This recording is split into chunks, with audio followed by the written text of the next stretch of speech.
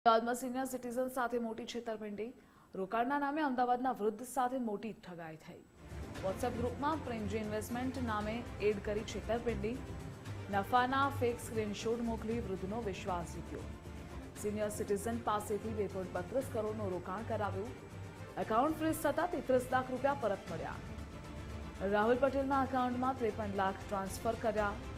Account handler પ્રશાંત સહિત બંનેની ધરપકડ. આરોપીઓ સામે 20 અરજી અને 2 એફઆઈઆર નોંધાઈ. બંને મળીને 8.45 કરોડનું ફ્રોડ કર્યાનો ખુલાસો. વોટ્સએપ લિંક મોકલનારાઓની તપાસ હજુ ચાલુ છે.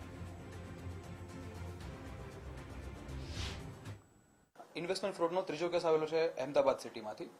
એમાં પણ સિનિયર સિટીઝન સાથે જ આ જ પ્રકારે ઇન્વેસ્ટમેન્ટ ફ્રોડ થયેલું છે કે વોટ્સએપ ગ્રુપમાં તેમને એડ કરવામાં આવ્યા છે. આમાં નામ હતું પ્રેમજી ઇન્વેસ્ટમેન્ટ કરીને. આ ગ્રુપમાં બધા જ સ્કેમસ્ટર્સ હતા અને આના સિવાયના આવી રીતે વિક્ટીમને એક બેને એડ કરવામાં આવે છે. તેમની સાથે અંદર ચેટિંગ એ રીતે થતી હોય છે કે આ પ્રકારે ઇન્વેસ્ટમેન્ટ કરવાથી એમને નફો થયેલો છે, એના સ્ક્રીનશોટ પણ મૂકવામાં આવતા હોય છે. આ બધી વસ્તુ ડમી હોય છે.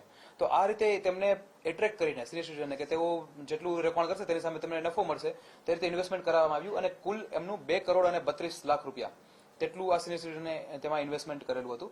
અને અલ્ટિમેટલી તેમાંથી જનરલી ઇન્વેસ્ટમેન્ટ ફ્રોડ છે તેમાં થોડી લેટ કમ્પ્લેન કરવામાં આવતી હોય છે, કેમ કે એ લોકોને ખબર નથી કે એમની સાથે સ્કેમ થઈ રહ્યું છે.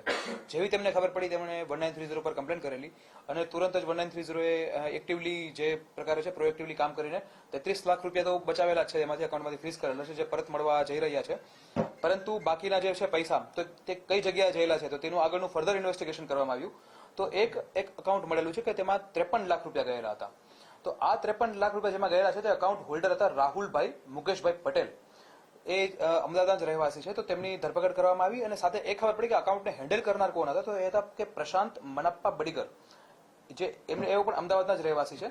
તો આ બેંક ખાતાના સપ્લાયર હતા. તો તેઓ અલ્ટિમેટલી ખાતાનું સપ્લાય કરીને તેમાં સાયબર ફ્રોડના પૈસા જતા હતા. તો તેવા 53 લાખ રૂપિયા આ કુલ 2 કરોડ અને 32 લાખમાંથી તેમાં ગયેલા હતા. તો તેમની ધરપકડ કરવામાં